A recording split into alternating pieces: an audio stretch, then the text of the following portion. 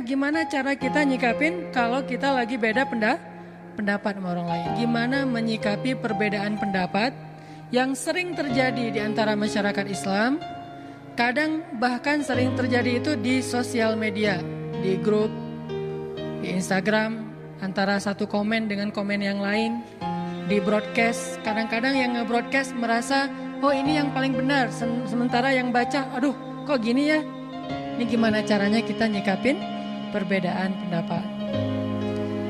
Sebutlah misalnya di antara kita tuh ada yang berpendapat musik itu haram. Tapi ada juga yang bilang musik itu nggak sepenuhnya haram, tergantung jenis musik. Nah ini gimana nih nyikapin kalau ada yang mengatakan boleh dan tidak? Terus juga masalah jilbab. Kita udah pakai jilbab, tapi kata teman kita, itu mah belum syar'i. Syar'i itu kayak gini nih, dengan warna yang saya pakai, dengan ukuran yang saya pakai. Sementara sebagian yang lain bilang, nggak harus sama warnanya, nggak harus sama stylenya, modelnya, tutorialnya, ukurannya. Yang penting menutup aurat. Nah gimana nih menyikapi perbedaan yang kayak gini, yang sifatnya banyak teknis, fikih. Atau perbedaan pendapatnya soal yang paling ramai juga mungkin mengucapkan selamat ulang tahun. Kalau ngerayain ulang tahun mungkin udah nggak perlu dibedain lagi ya, pendapatnya udah jelas gitu. Tapi mengucapkan atau mendoakan orang yang sedang ulang tahun deh gitu, atau hari lahir, nggak usah disebut ulang tahun, mendoakan orang pada hari lahirnya. Contoh saya lahir 31 Desember jangan lupa ya, tanggal 31 Desember misalnya pada tanggal 31 Desember teman-teman ngejapri ke saya, Ustadz, barakallahu fi umrik, semoga Allah memberkahi umurmu yang tersisa gitu. Ada yang bilang, itu mah tasyabbuh, menyerupai orang kafir, sehingga disebut kalau siapa yang menyerupai orang kafir berarti dia kafir gitu, sehingga nggak boleh ngucapin doa gitu, nggak boleh ngucapin selamat, nggak boleh makan-makan, nggak boleh sekedar ngasih hadiah untuk menyenangkan. Orang yang lain bilang, itu mah nggak apa-apa, soalnya kita nggak tiup lilin, kita mah nggak foya-foya, kita mah nggak party, cuma sekedar ngasih makan anak yatim dan seterusnya dan seterusnya. Ini kan banyak banget. Kalau tahun baru, gimana hukumnya mengucapkan selamat tahun baru? Ada yang bilang boleh, ada yang nggak bilang yang nggak boleh. Terus juga Natal segala macam. Untuk itu kita coba renungkan satu firman Allah. Yuk kita baca Al-Quran dulu. Surat Al-Hujurat yang sering saya baca di dalam sholat. Surat 49 ayat 13. Surat Al-Hujurat, surat 49 ayat 13. A'udzu billahi minasy syaithanir rajim.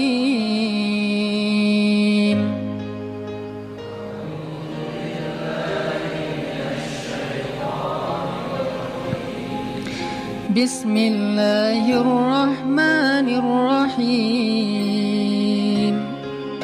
وَجَعَلْنَاكُمْ شُعُوبًا وَقَبَائِلَ لِتَعَارَفُوا إِنَّ أَكْرَمَكُمْ عِندَ اللَّهِ أَتْقَاكُمْ إِنَّ اللَّهَ عَلِيمٌ خَبِيرٌ. Wahai manusia, sesungguhnya kami telah menciptakan kalian dari seorang laki-laki dan seorang perempuan, yaitu Adam dan Hawa. Dan kami telah menjadikan kalian bersuku-suku dan berbangsa-bangsa, supaya kalian... Oke, kita pakai bahasa terjemah dulu. Supaya kalian saling mengenal. Sesungguhnya yang paling mulia di antara kalian di sisi Allah adalah yang paling bertakwa. Sesungguhnya Allah Maha mengetahui lagi Maha teliti. Shadaqallahul azim. Bahwa Allah Subhanahu wa taala mengatakan, wa ja'alnakum syu'uban wa qabail. Kami jadikan kalian bersuku-suku dan berbangsa-bangsa. Artinya kami jadikan kalian berbeda-beda, gitu ya.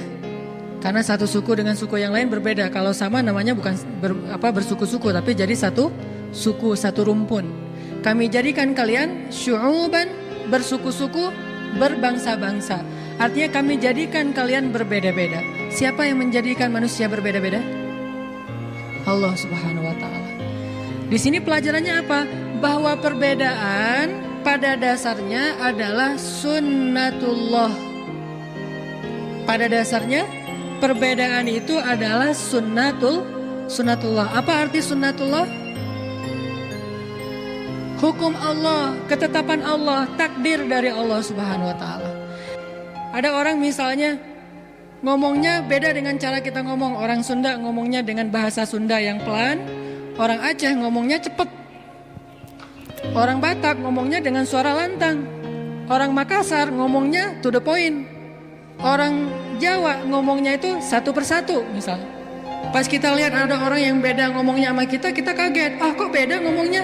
Gak usah kaget, karena perbedaan itu adalah kenyataan, keniscayaan, realitas sunnatullah.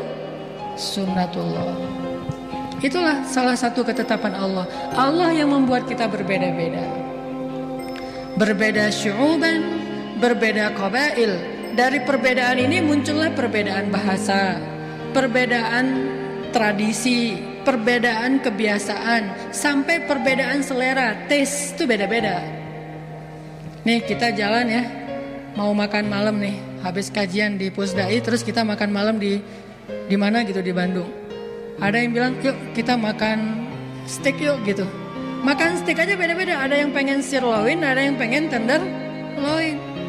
Ada yang pengen makan steak, ada yang pengen makan nasi goreng, ada yang pengen makan misalnya apa gitu ke Cisangkuy aja. Kita ke situ tuh pasti pesennya beda-beda. Kalau semuanya pesennya sama, agak susah sih kayak gitu mah. Pasti kalau semuanya pesennya sama itu gara-gara yang bayarnya satu orang. Biar sama gitu harganya ya. Takutnya ntar dia pesen yang satu porsi mah 80.000. Udah aja saya pesen semuanya nasi goreng 30.000 biar bareng. Jadi kalau pesennya sesuai dengan selera pasti beda-beda tuh. Karena itu adalah sunnatullah. Maka kalau misalnya kita lagi jalan bareng, teman kita makan yang gak sesuai dengan selera kita, dia senang yang berkuah, kita senang yang keringan, ada yang senang pedas, ada yang senang manis, gak usah heran, gak usah panik, gak usah histeris. Ah, kamu nih gak bener nih, soalnya kamu makannya terlalu pedas. Itu selera orang masing-masing. Suami istri aja seleranya kadang-kadang beda. Yang satu senang jengkol, yang satu lagi senangnya keju. Misalnya yang satu senang durian, yang satu paling gak senang sama durian. Lihat durian dari jauh aja dia udah enek gitu. Yang satu lagi dia kecium aja bau durian dari mana-mana tuh kecium. Oh ini lagi musim durian nih. Pokoknya sensitif banget tuh indera penciuman dia terhadap durian. Ini menunjukkan bahwa tes selera itu beda-beda. Kenapa? Karena kita tuh syu'uban wa qabail. Kita tuh punya latar belakang masa lalu yang berbeda-beda, suku yang berbeda-beda, kebiasaan yang berbeda-beda, sampai selera masyarakat yang berbeda-beda. Saya dulu awal sampai ke Bandung tuh agak heran ngelihat orang Sunda kok makannya tuh mentah gitu sayur-sayurnya, kayak orang makan rumput gitu. Soalnya di Aceh tuh jarang banget ada makanan sayur mentah, tuh jarang, pasti dimasak sampai mateng banget, sampai udah nggak ada lagi, mungkin nggak ada vitaminnya lagi. Kalau di Aceh mah masak bayam, masak apa daun-daunan apapun itu pasti matang banget tuh, udah matang dikasih santan lagi, enak banget. Pas sampai di Bandung, orang Bandung makannya makan rumput. Heran saya tuh, kok makan rumput tuh segar, seneng gitu. Udah gitu minum teh nggak pakai gula, saya heran lagi tuh. Orang Aceh tuh nggak ada minum teh nggak pakai gula, pasti dibilang ini pelit nih orang nih ngasih teh tapi nggak ngasih gula. Padahal menurut orang Sunda itu lebih sehat gitu. Dan ternyata benar. Akhirnya karena saya udah lama di sini, sekarang kalau makan itu teh mah nggak pakai gula. Pas saya pulang ke Aceh dikasih gula, saya heran loh kok teh pakai gula. Jadi berubah. Artinya itulah perbedaan, itulah taste, itulah selera di antara manusia. Dan Allah lah yang telah menjadikan hal demikian. Wa ja'alnakum syu'uban wa qabail. Dan itu akhirnya menjadikan perbedaan bukan hanya dalam urusan lidah, bukan hanya dalam urusan penampilan, bukan hanya dalam urusan selera, sampai gaya berpikir pun berbeda. Karena Allah menjadikan perbedaan itu bukan dalam satu hal doang, tapi dalam banyak hal, termasuk cara berpikir seseorang itu beda-beda antara satu dengan yang lain. Cara berpikirnya beda, angle ngelihat sesuatu itu beda-beda. Ada yang ngelihat sesuatu itu selalu dari sudut pandang misalnya bisnis. Ngelihat apa aja, oh ini peluang bisnis nih, oh ini peluang usaha nih. Semuanya jadi rupiah.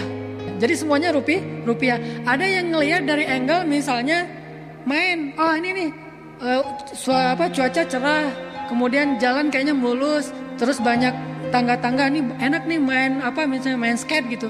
Atau ini rumputnya enak nih main bola misalnya. Ada yang melihat segala sesuatu itu sebagai inspirasi tulisan. Dia penulis, dia seorang sastrawan, jadilah cerita. Ada yang melihat sesuatu itu sebagai inspirasi musik. Sehingga dia akhirnya datang kemana-mana itu untuk mendengar musik-musik alam. Kemudian dia jadikan sebagai sebuah lagu, komposer. Intinya angle orang berbeda-beda gara-gara gaya berpikirnya berbeda-beda. Sehingga mungkin objeknya satu tapi kesimpulannya macam-macam. Gara-gara angle-nya berbeda. Contoh saya gitu. Saya pernah ceramah di suatu masjid yang belum pernah ada kajian anak muda di situ. Saya sengaja aja iseng datang ke situ pakai jeans, terus pakai baju kaos, pakai topi koplok gini, mau ceramah. Karena emang kata mereka nih acara untuk pemuda, cuma belum pernah ada.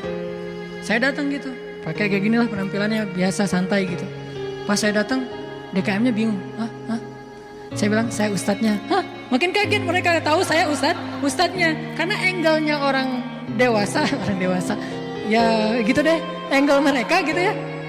Ini seorang penceramah itu harusnya pakai sarung, pakai baju koko, pakai peci, pakai sorban.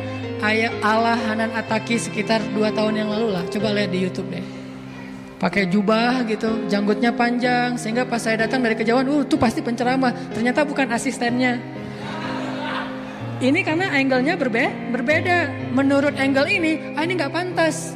Tapi menurut angle yang lain, misalnya anak muda, kayaknya santai ya, enjoy ya, kayaknya sama dengan kita. Jadi nggak terlalu ada jarak gitu. Angle-nya beda. Sama dengan cewek gitu, ngelihat seorang cowok. Ada yang cewek ngelihat cowok berjanggut itu cenah gitu, bijaksana. Jadi janggut itu katanya ciri laki-laki yang bijaksana. Tapi jangan panjang-panjang banget, segini gitu ya. Yang agak-agak tipis katanya. Ini nggak ngomong fikih ya, ngomong style.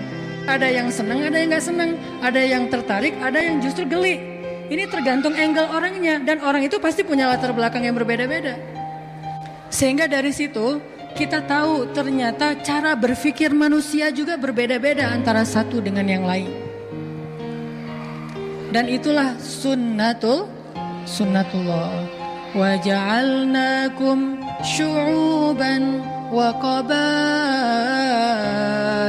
lita'arafu. Kami jadikan kalian bersuku-suku dan berbangsa-bangsa, kamilah yang menjadikan.